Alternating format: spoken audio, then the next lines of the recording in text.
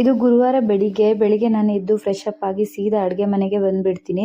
First ತಿಂಡಿ ಕೆಲಸ ಎಲ್ಲ ಮುಗಿಸ್ಬಿಟ್ರೆ ಆಮೇಲೆ ಬೇರೆ ಮಾಡೋಣ ಅಂತ. ಉದ್ದಿನ ದೋಸೆಗೆ ರಾತ್ರಿ ಕಡ್ದಿಟ್ಟಿದ್ದೆ.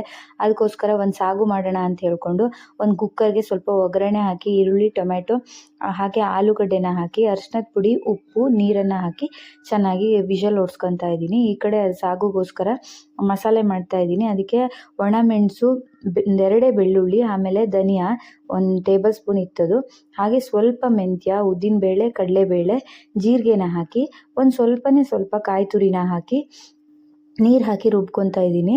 ಇದಕ್ಕೇನು ಅಂದರೆ ಹುಣಸೆಹಣ್ಣು ಬೇಕಾದರೆ ಹಾಕ್ಬೋದು. ನಾವು ಹುಳಿ ಟೊಮೆಟೊ ಯೂಸ್ ಮಾಡಿರೋದ್ರಿಂದ ಹುಣಸೆಹಣ್ಣು ಹಾಕಿಲ್ಲ. ರುಬ್ಬಿರೋ ಮಸಾಲೆನ ಬೇಯಿಸಿರೋ ಇದಕ್ಕೆ ಹಾಕಿ ಚೆನ್ನಾಗಿ ಸ್ವಲ್ಪ ಹೊತ್ತು ಕುದಿಸ್ಕೊಂಡ್ರೆ ಸಾಗು ರೆಡಿ ಆಗಿಬಿಡುತ್ತೆ. ಸಖತ್ ಟೇಸ್ಟಿಯಾಗಿರುತ್ತೆ. ನಂಗೆ ಹಸಿ ಮಸಾಲ ಹಾಕಿ ಮಾಡಿರೋ ಸಾಗು ತುಂಬ ಇಷ್ಟ ಆಗುತ್ತೆ. ಟ್ರೈ ಮಾಡಿ ನೋಡಿ. ಹಾಗೆ ದೋಸೆಗೆಲ್ಲ ರೆಡಿ ಮಾಡಿಟ್ಟು, ದೋಸೆನ ಮಾಡಿಲ್ಲ, ಎಲ್ಲ ರೆಡಿ ಮಾಡಿ ಇಟ್ಕೊಂಡು ಹಾಗೆ ಮನೆ ಕೆಲಸನೆಲ್ಲ